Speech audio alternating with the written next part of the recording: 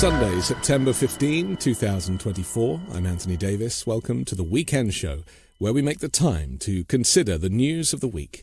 You can support my work and independent journalism at patreon.com/5minute news. Today we continue our series of conversations with forensic and social psychiatrist and world expert on violence, Dr. Bandy Lee. Welcome back to the Weekend Show. Hello. Now, you must have been watching Tuesday's ABC News presidential debate as much as not just me, but tens of millions of others were across the country. This was a bit of a reckoning, really, as there are no other scheduled debates for the presidential election.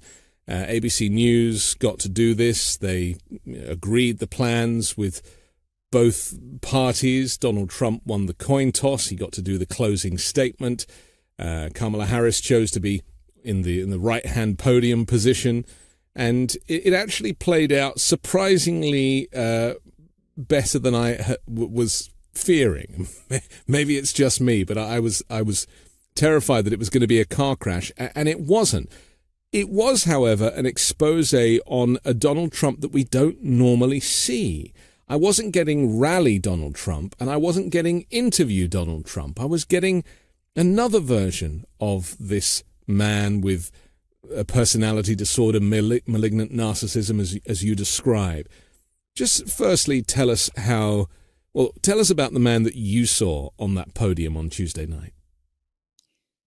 Well, for the first time, we saw a Donald Trump who should have been revealed from the very beginning and treated the way he should have been, which is the way that mental health professionals normally deal with such individuals. From the very beginning, I have said that Donald Trump should not be engaged in a debate because it normalizes him and it sanitizes him.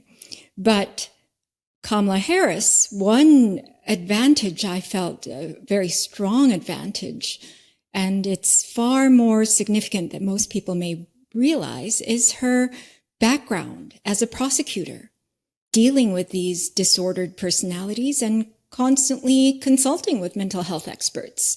We are usually the ones who redirect prosecutors, judges, other lawyers to recognizing that the most dangerous personalities are often the most deceptive. They're called, it's called a mask of sanity for a reason, to borrow Hervey Cleckley's terminology. He was someone who described psychopathy. Psychopathy is perhaps even a better description than malignant narcissism, because psychopathy is really the scale that has been developed over time and what we watch out for in dangerous personalities.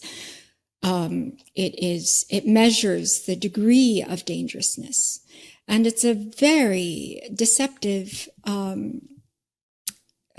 impairment whereby people would mistake them for the most compassionate, likable, charming, and even ideal figure for the role or for the relationship than anyone who is normal. But of course, it is a mask, and it covers up a far more pernicious and harmful intent as well as tendency. And so that is, so normally we don't encounter these personalities. They are largely present in criminal justice settings or in state hospitals, more so now, but increasingly they've infiltrated leadership positions. And it's a very dangerous phenomenon because once they take the positions of power, they're not interested in doing the job. They're interested in the power, which is, in their view, at their disposal to abuse. And then they end up destroying and damaging whatever institution, corporation, or country they're in charge of. So Kamala Harris is obviously familiar with this personality. There were lots of techniques that came out which make obvious that she probably consulted with mental health experts or just from her experience of working with them, as well as her personal experience of developing skills and boundaries and limit setting that are necessary for such individuals.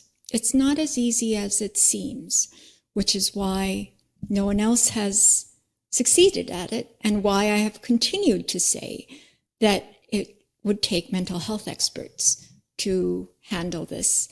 And fortunately, Kamala Harris has come quite close. That was the biggest surprise, was that she seemed to be in total control. And last week we spoke about being mentally healthy versus being mentally ill, and how she displays mental health, a positive. And that was for me because, there was a white line between the two of them as they were presented on the screen. It was like Exhibit A and Exhibit B. And it's like, this is what happens if you don't look after your mental health. And this is what happens if you do look after your mental health. He really exhibited many signs of being very seriously and deeply emotionally compromised. Absolutely. But in order to display that health, just about anyone who's debated Donald Trump has been healthy. But in order to display that health, she had to overcome his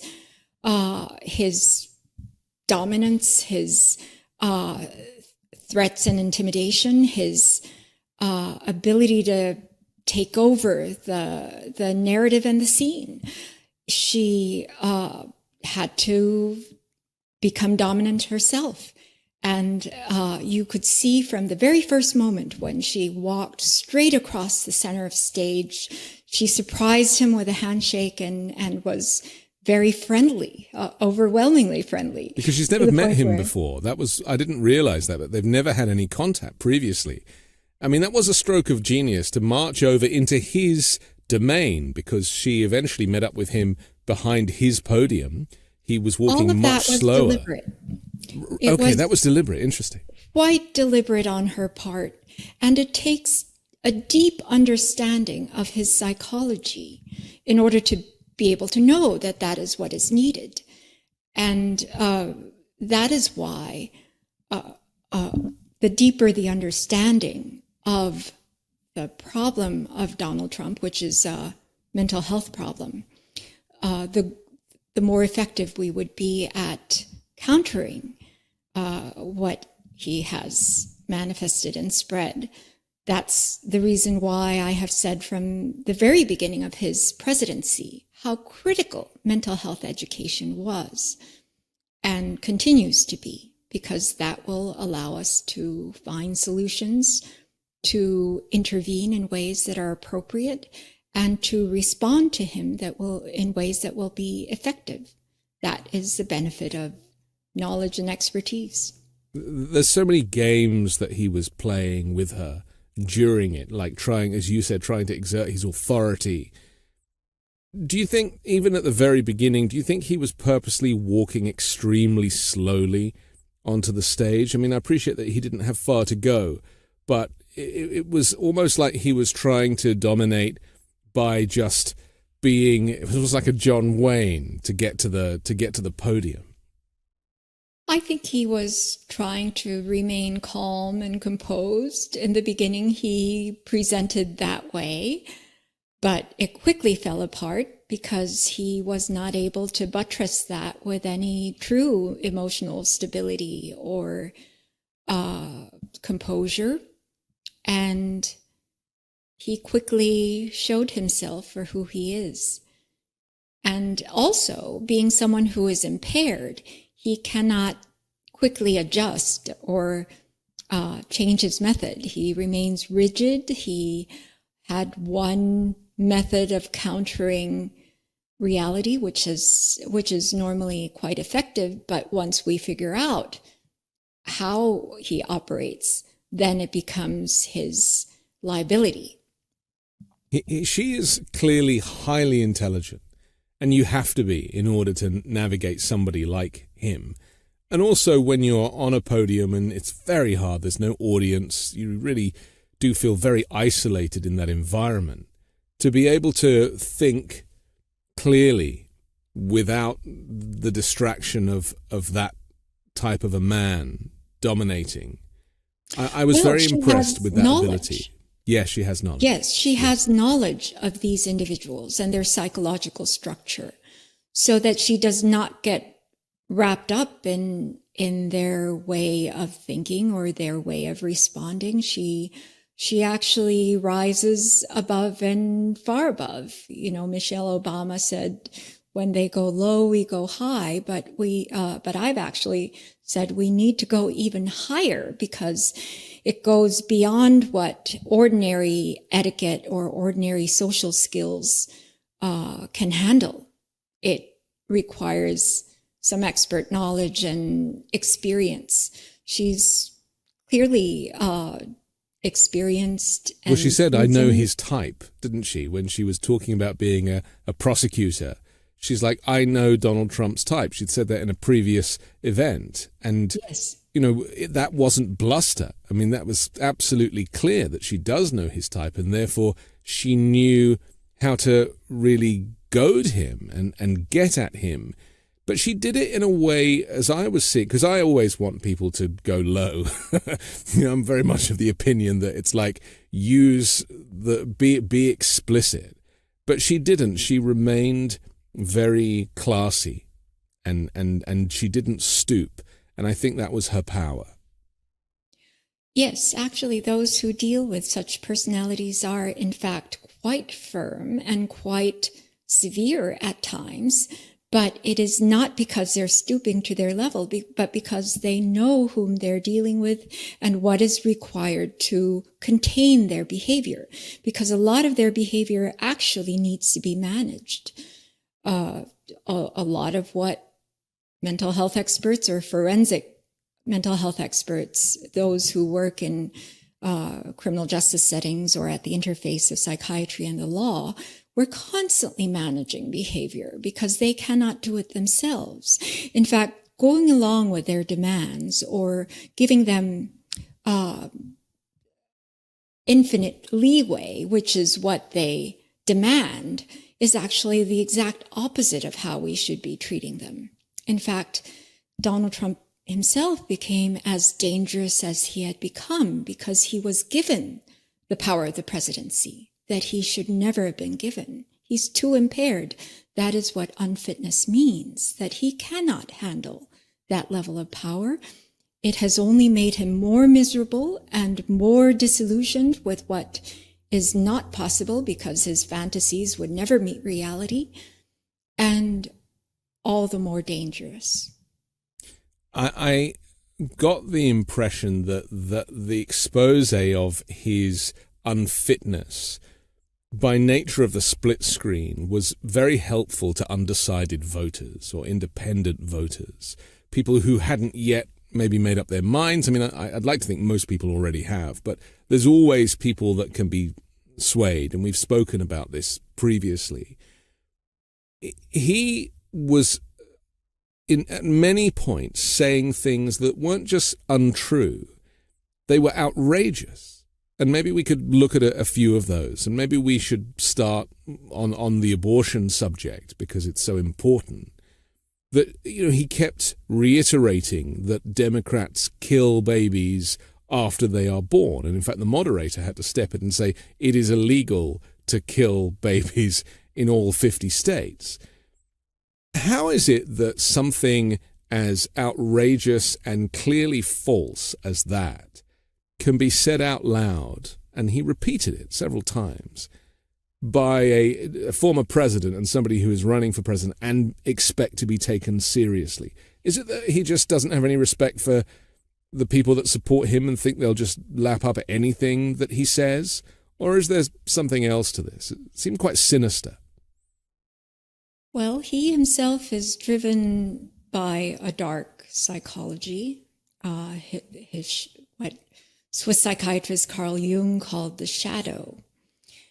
and it's highly emotionally driven. So not only does he conjure up the most horrific images and dark displays of what he sees to be reality, the chaos and carnage of in society that doesn't really exist, but he takes others with him to that place. And I heard early on that he says the unspoken out loud, that, he says what others only think. That only goes to a certain degree, but he's actually leading people into those domains.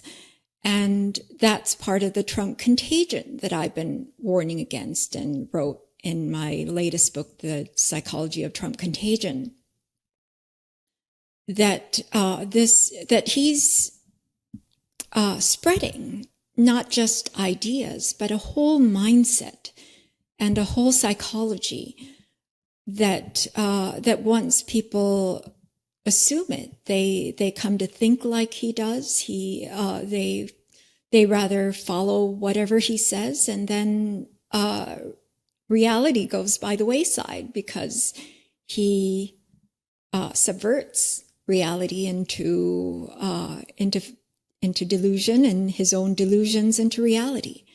That is what severe symptoms cause one to do, and the level of detachment from reality indicates how severe his symptoms are.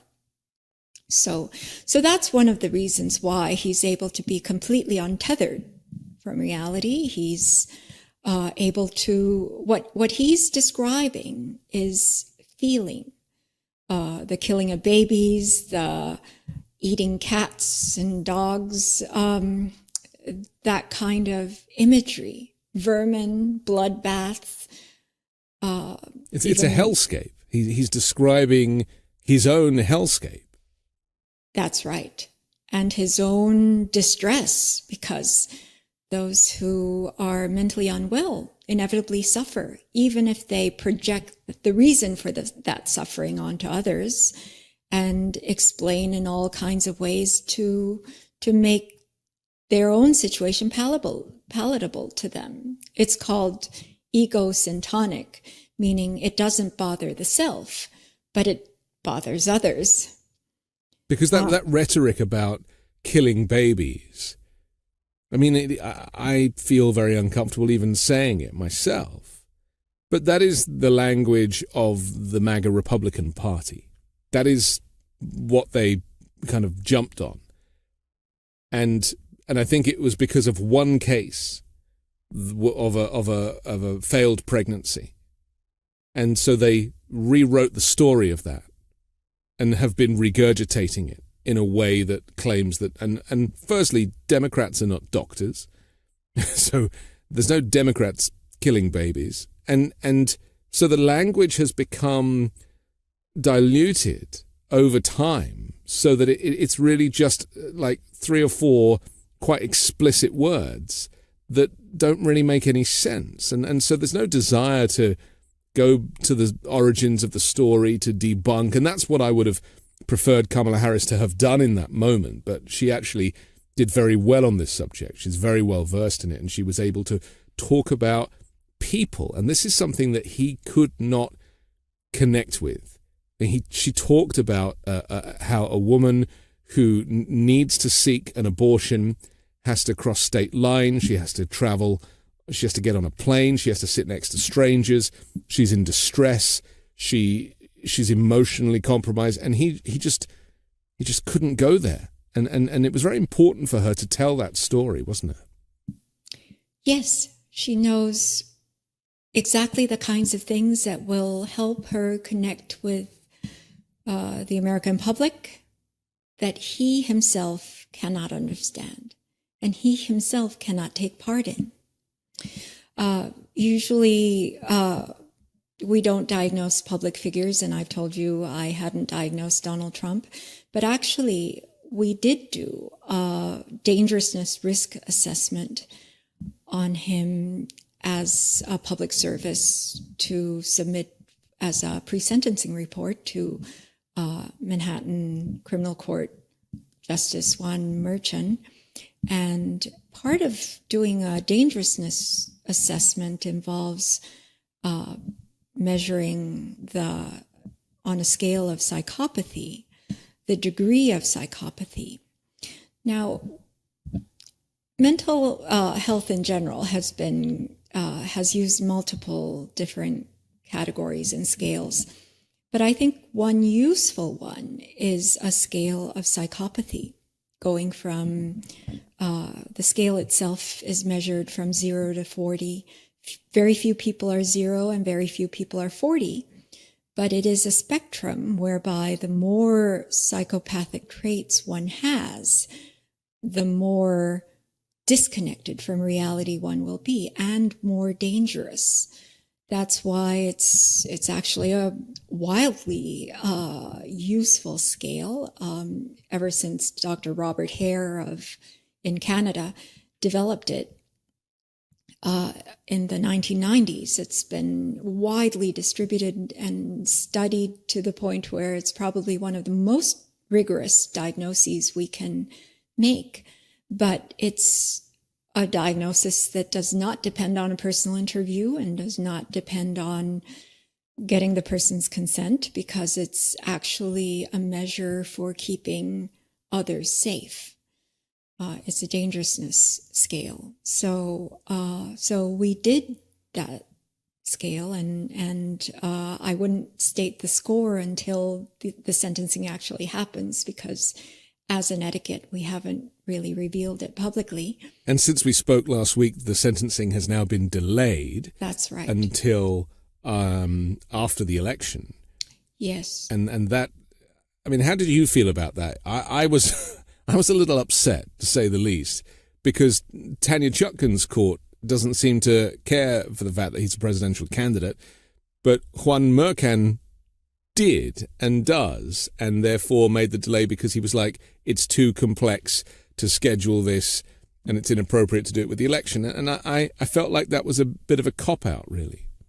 Well, yes, he did the exact opposite of what Judge Tanya Chutkan did, and we were, of course, disappointed because it wouldn't be the first time he delayed it. The initial sentencing date was July 11th, and that's why we rushed our pre-sentencing report for the middle of June so that he would have ample time to review it. And so I would note that the most eminent psychiatrists in the country joined in doing that report. That's why because we considered a rigorous dangerousness assessment to be critical for the public to know about, and for the judge especially to take into consideration to protect the public. So it was delayed once to September 18th when the Supreme Court came out with its decision to give presidential acts absolute immunity. So everything had to be reinterpreted. But now it's been delayed again, surprisingly, because of the election. So rather than Judge Chutkan, who decided that politics should not play a role in legal proceedings, in this case, politics is exactly what caused the delay. But at the same time, he's been under a lot of pressure because judges oftentimes, particularly when they are highly professional and firm against violent offenders, can get a lot of accusations and attacks. And in this case, the attacks were coming from a very powerful figure, as well as some institutions. So I don't blame him, but it does place the electorate in a great deal of uncertainty and unsafety in our view. So actually, because we're planning this major conference on fitness and leadership at the National Press Club on September 27th, we have debated as to whether or not we should make this report public. There is a good possibility now that we may, because our primary responsibility to warn the public and alert it about potential victimization is an independent responsibility that we have as part of our responsibility to society, apart from any legal process or sentencing. We, as mental health experts, have the obligation. It's an obligation that has been muted during the Trump era. And in fact, I've stated a number of times how the American Psychiatric Association went against its own science, its scholarship, and its own ethicists in the field to state that we have no societal responsibility, even in a national emergency. That alarming statement is what caused me in 2017 to organize my conference at Yale School of Medicine to discuss this sudden, seemingly irrational and dangerous decision on the part of the American Psychiatric Association. And we know the ramifications of that now. The ramifications of that now is that you've almost had to go it alone by setting up this conference and bringing expertise together. What you're effectively saying is that we don't need the association's support to speak the truth, to do our civic duty, because his dangerousness level clearly, I mean, he was using Viktor Orban throughout the debate as an example of somebody who endorses him and his actions and his behavior. I mean, that is a terrifying thought, that he thinks that is a good enough endorsement to be allowed to get away with these heinous acts. And highly revelatory of his psychology. Yes. I was about to say that most people think of the American Psychiatric Association as some kind of national institution or licensing board, but it's not. It's actually a trade association. And not all psychiatrists belong to it.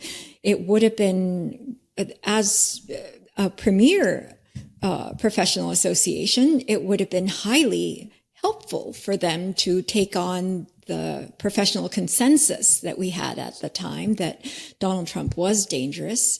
There was not a consensus as to whether or not we should speak about it publicly, but there was definitely a consensus as to his dangerousness. There was absolutely no disagreement about that. But they effectively muscled us and did so in a way that went far beyond their jurisdiction, because they basically just have authority over their own members, because what they advanced, what they call the Goldwater Rule informally, is not the law. It's not adopted by any other mental health association, and it's also not allowed on licensing boards because it conflicts with the First Amendment. And yes, as professionals, we have an independent responsibility to consider what is ethical, what is our professional role. We are not supposed to just follow the fiats of associations, and definitely not that of a government. I want to talk about his white privilege in the next part, because I saw quite of that on display, white male privilege, in fact, and the way he was able to control the narrative. But we'll take a quick break and we'll come back and do that next here on The Weekend Show. There's a lot happening these days. It can feel especially stressful or hopeless when things are outside of your control. But calm can help you restore your sense of balance and peace amidst outside chaos. If, like me, you have trouble sleeping, or maybe you've had difficulty focusing, things like parenting pressures or work challenges, well, something that could really make a difference is Calm. Calm is the #1 app for sleep and meditation, giving you the power to calm your mind and change your life. Calm can help you learn to de-stress and fall asleep faster so you can get restful sleep every night. And Calm knows that everyone faces unique challenges in their daily lives, and mental health isn't about a one-size-fits-all solution. That's why Calm offers a wide range of content to help you navigate life's ups and downs. Stress less, sleep more, and live better with Calm. For listeners to this show, Calm is offering an exclusive offer of 40% off a Calm premium subscription at calm.com/weekend. Go to calm.com/weekend for 40% off unlimited access to Calm's entire library. That's calm.com/weekend. We're back on the Weekend Show, analysing the ABC News debate between prospective candidates for President Donald Trump and Vice President Kamala Harris. I want to talk about his white male privilege, because I did get a sense that he was able to get more airtime by nature of steamrolling when it wasn't his turn to speak. So, for example, she'd say something that he didn't like. He couldn't control himself to say nothing, as she had in at several instances. He leans in and he's like, "Excuse me, I need to answer that." And of course, his mic is off, but because he starts talking, and I presume the sound mixer is like, "Well, that's Donald Trump," they turned it on, and the camera then cuts to him, and so he was able to pull focus, to use a cinematic term. And yes, and then when did get more Kamala airtime. Harris wished to do so, she was cut off. Correct. So I mean, that is, I describe it as his white male privilege, because he's so used to doing this type of steamrolling and getting the attention. Well, how would you describe it? There is. He will grab it and right. exploit it to the maximum, which he has all his life. And still it would not be enough, because it never actually takes care of the internal dearth he feels, the endless black hole that others have described his emotional state as. He's perpetually famished. So you can give him everything in the world, he would not be satisfied. It's so interesting to me that you describe him as being, very empty and very sad, because, he's masking clearly all the time that he's in public. And I presume that's why he puffs out his chest and does this kind of, takes on a different posture that he would have in private. When I see him photographed in private, he's very slouchy and hunchbacky, and yet he changes all that when he's on show, rallies or stage or interview. Oh, yes. Is he very conscious of these multiple personalities where, he has to change his physicality in order to play this role? Well, it's again the mask. It's not so much multiple personalities as his true personality and his defense, or the mask that is presenting the opposite of how he perceives himself, in order to constantly defend himself, because he believes that the world is a menacing, dangerous place where he must constantly puff himself up and defend himself and assault others before he himself is assaulted.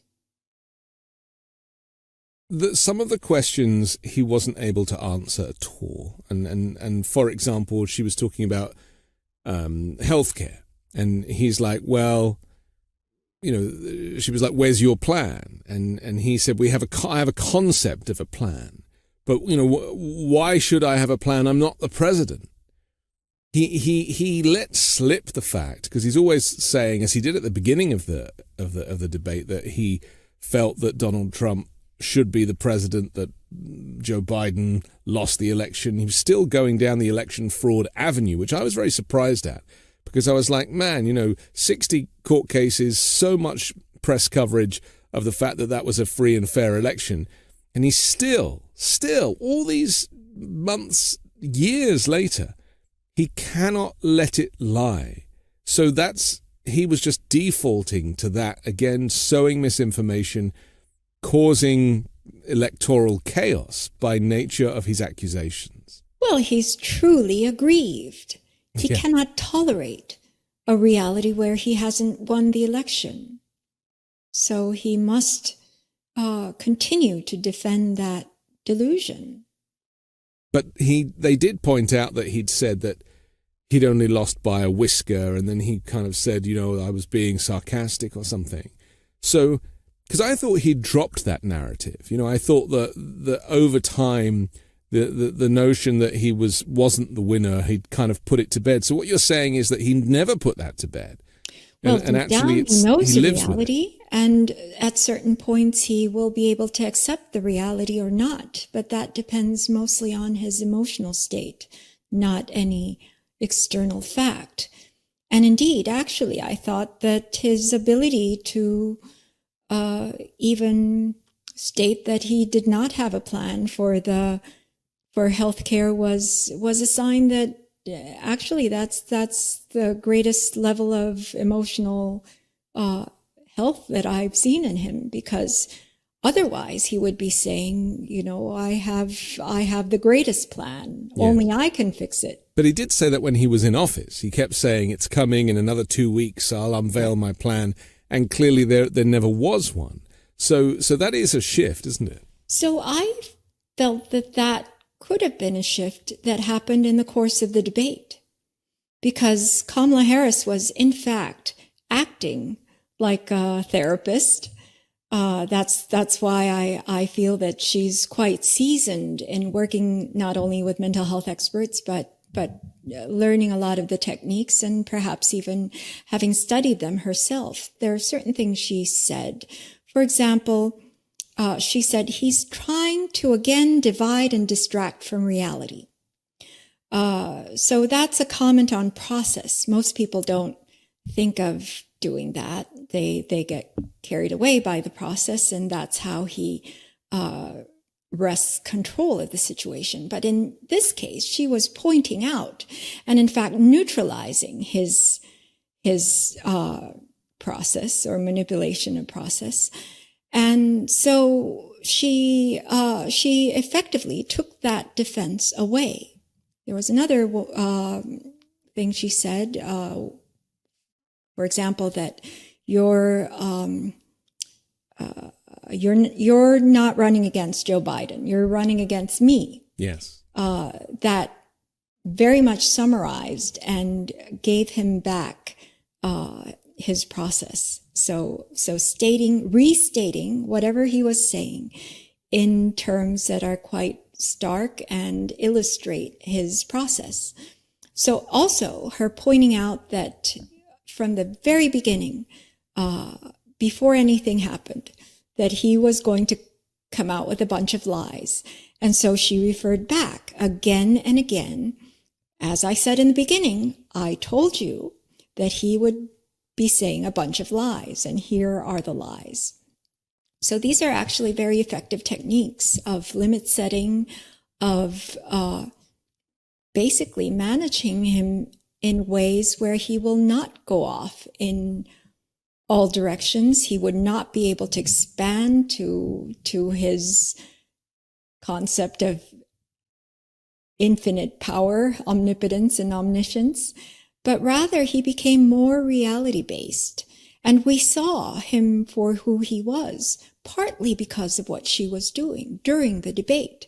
In a sense, a debate could be seen as an extended public therapy session. Right, that's how it felt, certainly. Exactly.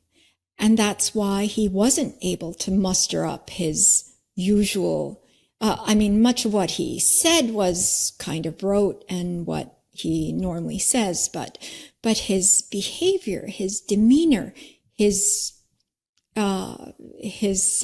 showing his symptoms was because his defenses were being stripped away, and he was actually being brought back to reality in ways that are actually therapeutic for him. Because he never hears this stuff, does he? I mean, that's the thing, is that he's so isolated from criticism that this was really probably one of the first times where somebody had said to his face that he was a liar, said to his face that, you're not running against Joe Biden, and said to his face that you haven't got a plan. And it's important, isn't it, to actually, give him these reality checks. Exactly. It's grounding him back in reality because she understands him. She understands his psychological structure and she knows how to deal with it. She recognizes the processes he's bringing, even if he bulldozes her with his fire hose of lies. He is not able to topple her because she understands what is happening, and she's still in control because she not only understands but is capable of greater than what he is doing. And that only comes with training and knowledge. It's not automatic. In fact, it's quite difficult. It's one of the most difficult tasks that mental health professionals may encounter, dealing with these dangerous personalities. And the fact that she was able to do it so skillfully shows to what degree she's aware of the mental health principles, as well as probably dealt with a lot of forensic psychiatrists and psychologists, such as myself. And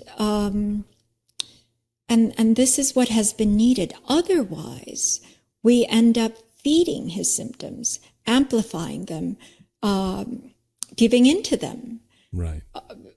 Which is what has happened for the last 9 years, because the press and the public and those with power did not deal with him for who he was, a very severely mentally impaired, symptomatic person, not a normal individual. So when we talk about the media has given him oxygen, what you're saying is it's not just airtime, it's actually contributed to the psychopathy.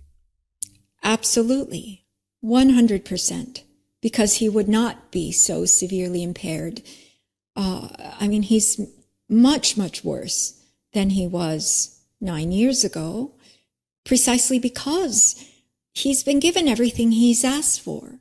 And that's exactly what you must not do with such individuals. Well, he was given the presidency. As it is at first, because they threaten and intimidate and become aggressive. But that's exactly when you have to set the limits and contain them, or they will become infinitely more dangerous. Let's talk about Putin for a second, because he actually said in the debate, he said he said that that Vladimir Putin had endorsed Kamala Harris. That's right. Now, this is a tactic that the Russians used previously. When interviewed 3.5 years ago, Vladimir Putin said, "I want Joe Biden to win the election." But of course he didn't. He's a Trump puppet master.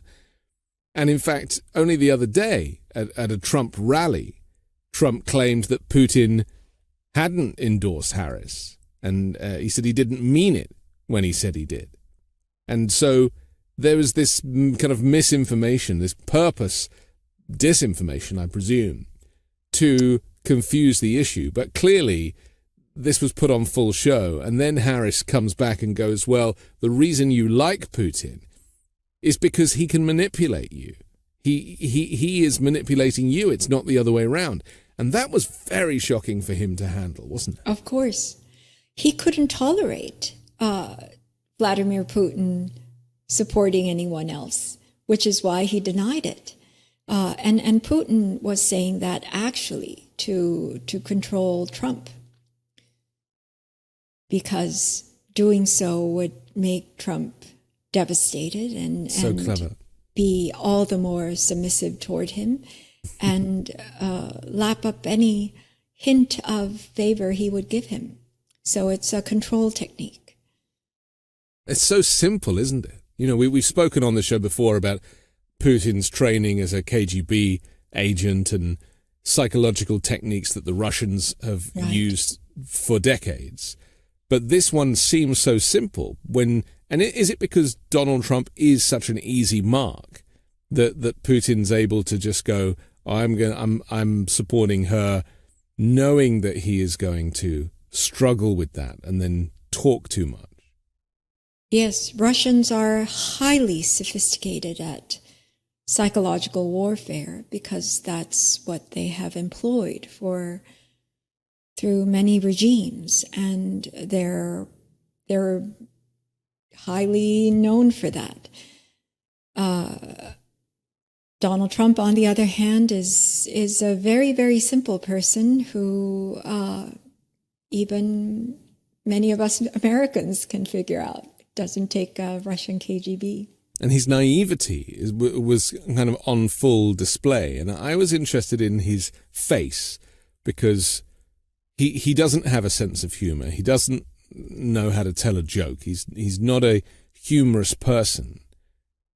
But when she was saying things, he was like doing this weird gurning face, which was like to imitate a smile. But he couldn't actually muster a smile.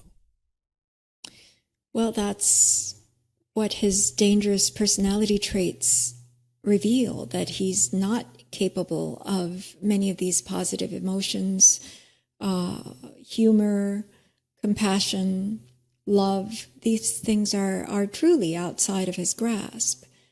And that means that the only way he can express them is if they have some kind of instrumental goal. He mimics it.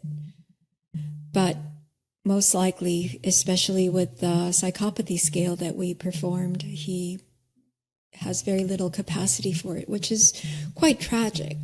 It's the most debilitating condition known to psychiatry, because essentially you're missing all the traits that make you human.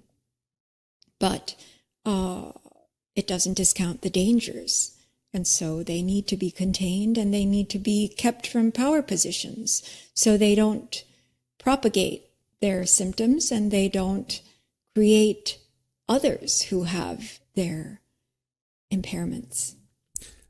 Let's talk about his response to the question whether or not he wanted Ukraine to win the war with Russia, because this was very, very interesting. He refused to commit to a yes or no answer, which is what he was asked. Clearly, we all know now, because it's been exposed, his idea of fixing the war in Ukraine overnight will just be giving territory to the Russians and you know, saying that the Ukrainians just have to deal with it. But he wouldn't be drawn on that. I mean, it's so crazy, isn't it, that this former president of the United States, who wants to be a future president of the United States, would not advocate for the sovereignty of a nation like Ukraine and its right to defend itself.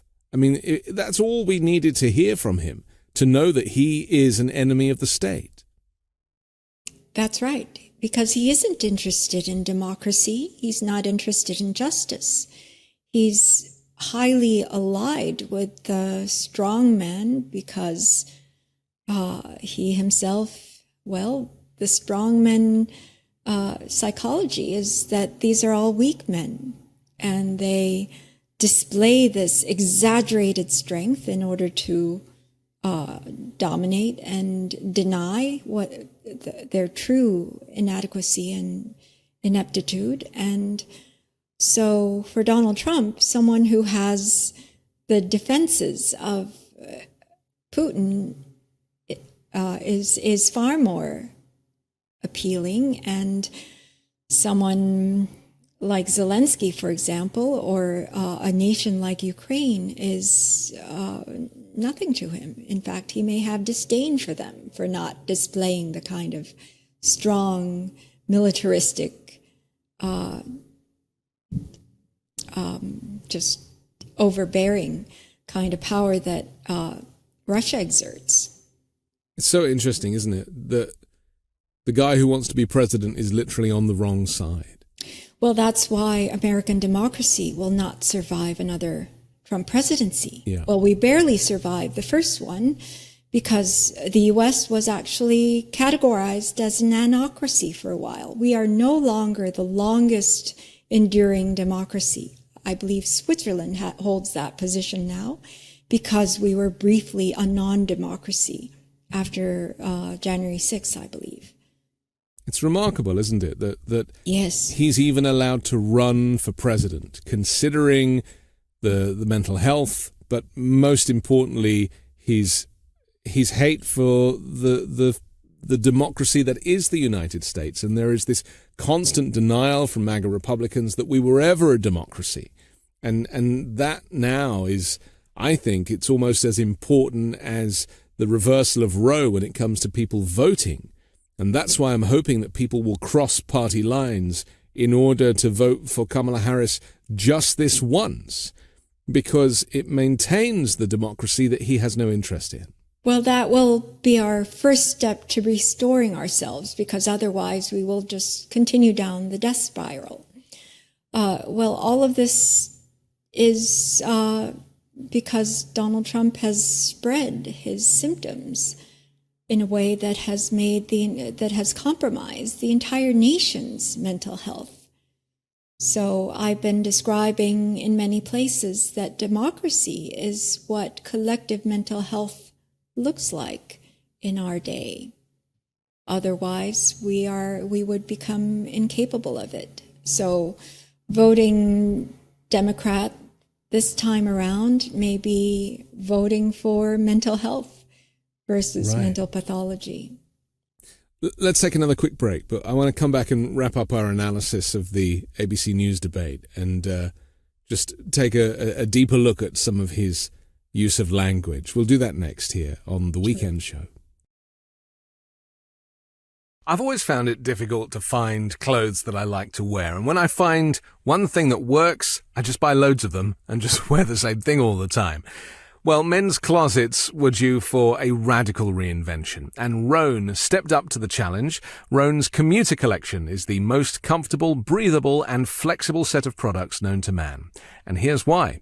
Rhone helps you get ready for any occasion. The commuter collection offers the world's most comfortable pants, dress shirts, zips, and polos. You'll never have to worry about what to wear when you've got the Rhone commuter collection. The comfortable four-way stretch fabric provides breathability and flexibility that leaves you free to enjoy what life throws your way, from your commute to work or your 18 holes of golf.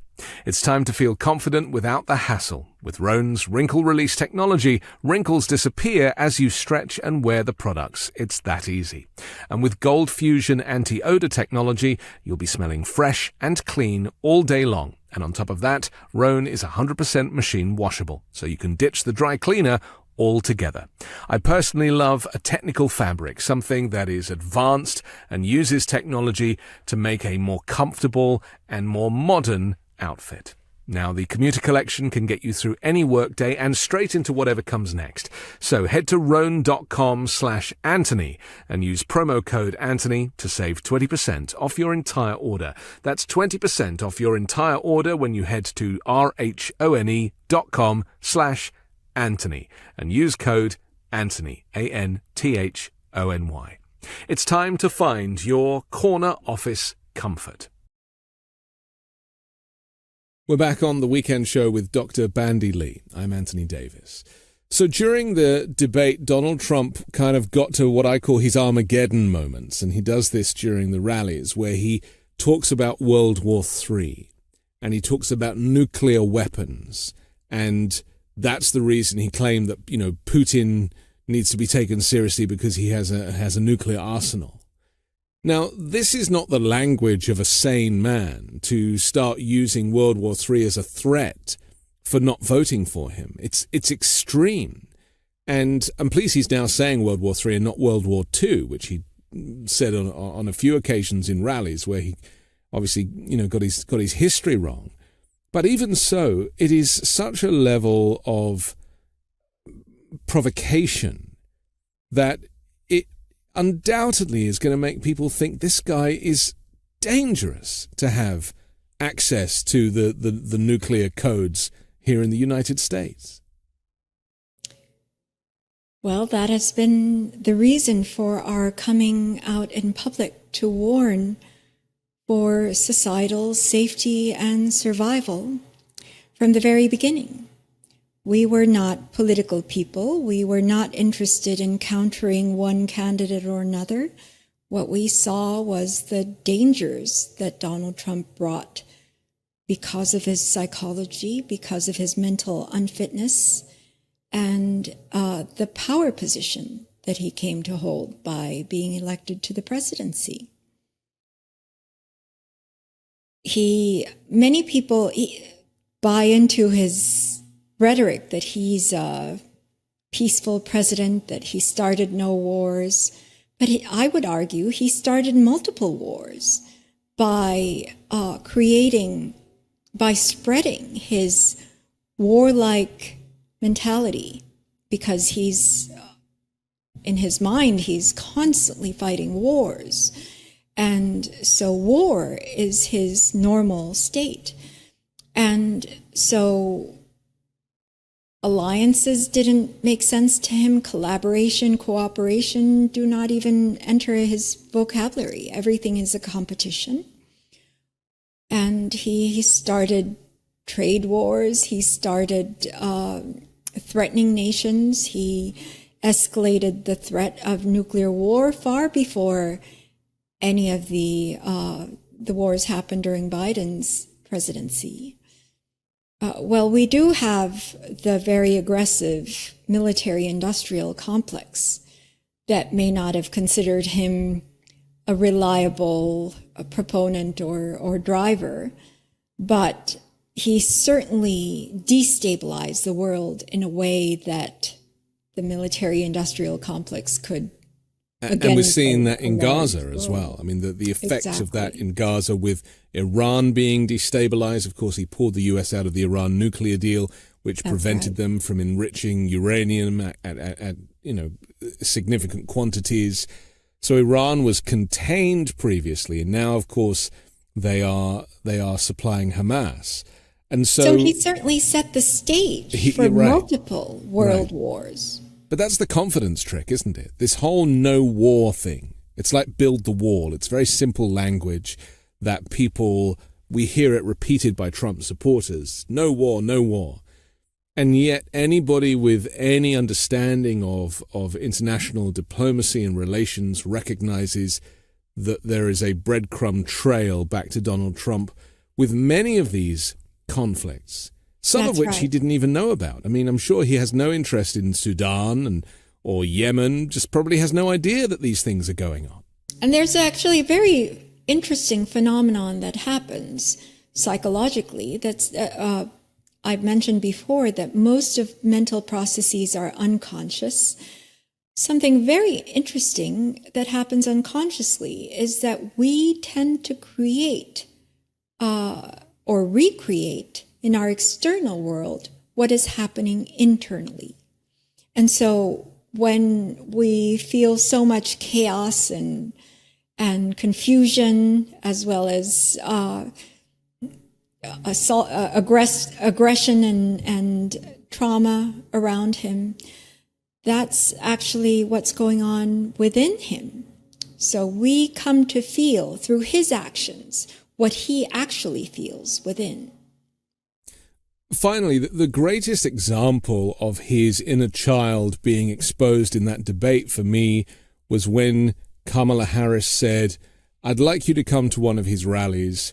You'll see that that he's talking about fictional characters, Hannibal Lecter, that windmills give you cancer, and that people are bored and that they are leaving early."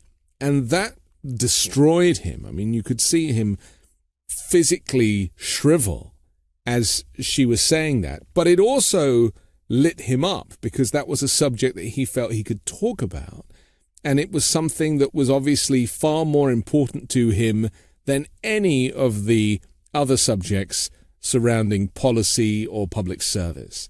And so he then argued for the fact that he, again, crowd size, exactly as Barack Obama had kind of criticized him for at the DNC. That's right. We can see what is predominantly on his mind. And when he says things that he doesn't really mean, or things that he doesn't really care for, how he actually wanted exceptions with abortion, and he felt sorry for certain groups.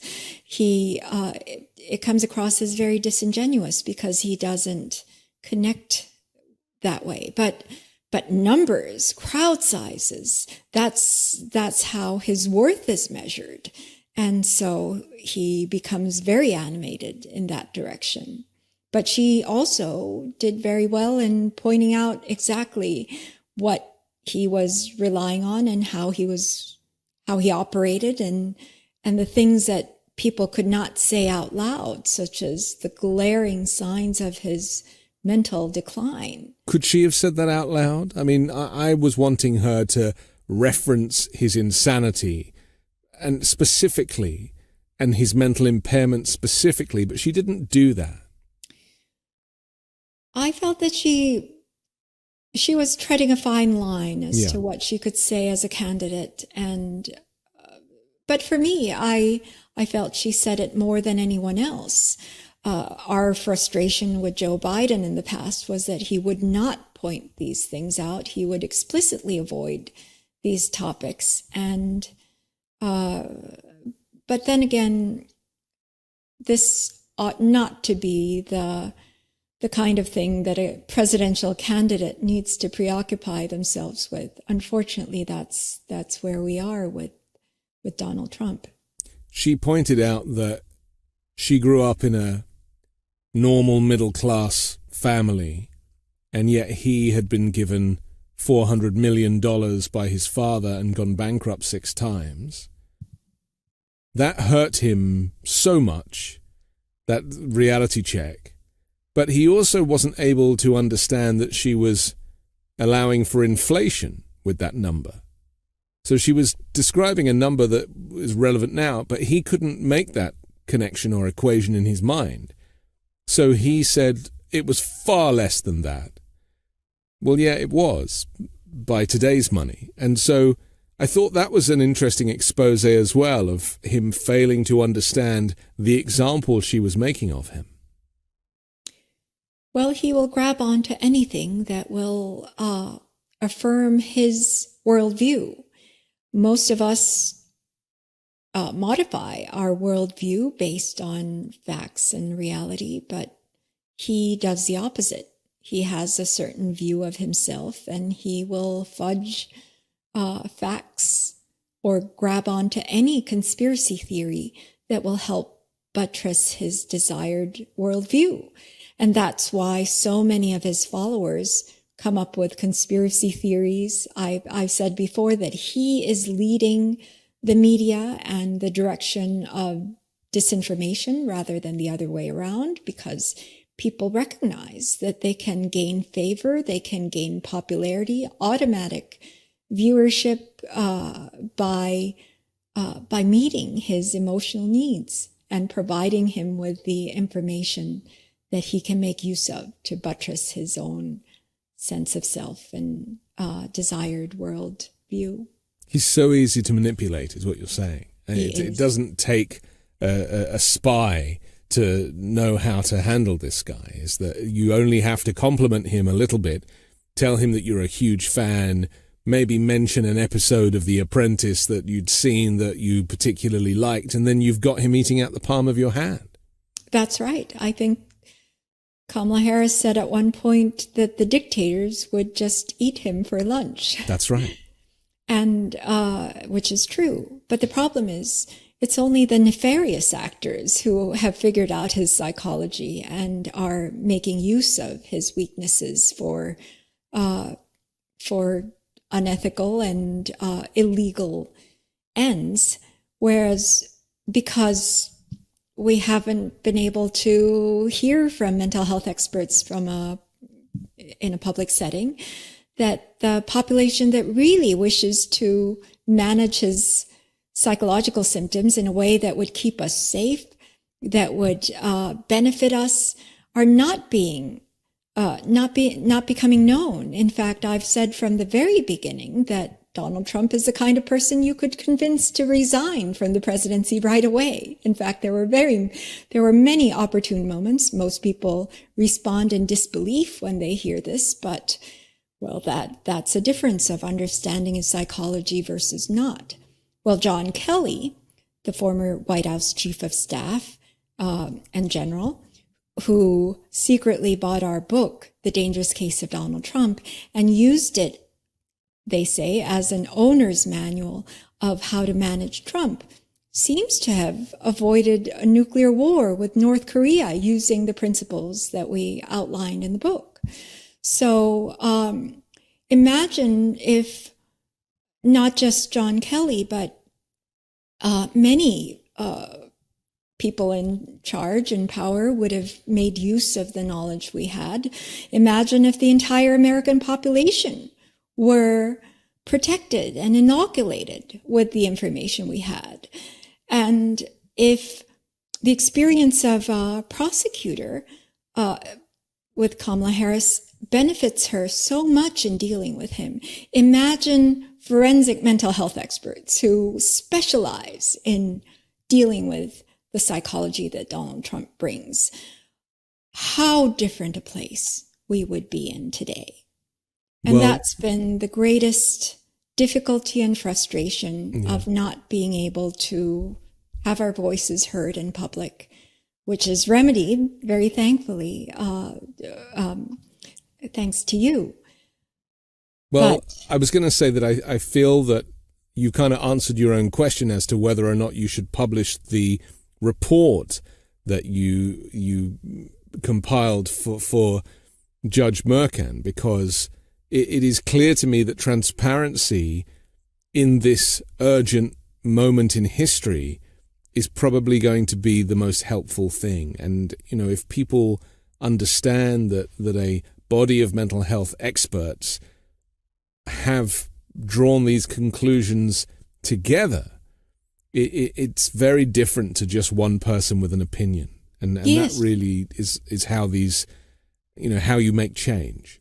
Yes, actually, if mental health experts were not silenced in the media, then you would just hear our consensus.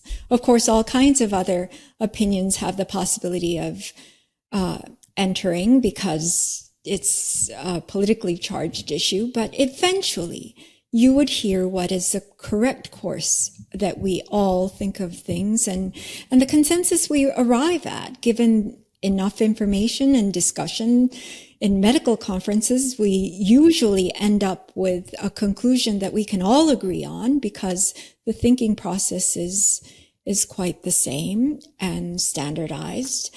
Either that or we don't have enough information, but the public would come to know that also. So just knowing that this is a phenomenon that everyone has just been so confused by and suffering from and not being able to gain a handle on was so clearly transparent to us and predictable and preventable is the part that is quite difficult. Just like the COVID-19 pandemic, we did not have to have the world's greatest number of deaths, and we did not have to be the epicenter of the pandemic, especially when we had the greatest concentration of knowledge. But just as during the pandemic, when Donald Trump suppressed expertise or denigrated them, discredited them, had half the population not following protocols, it just allowed it to spread rampantly.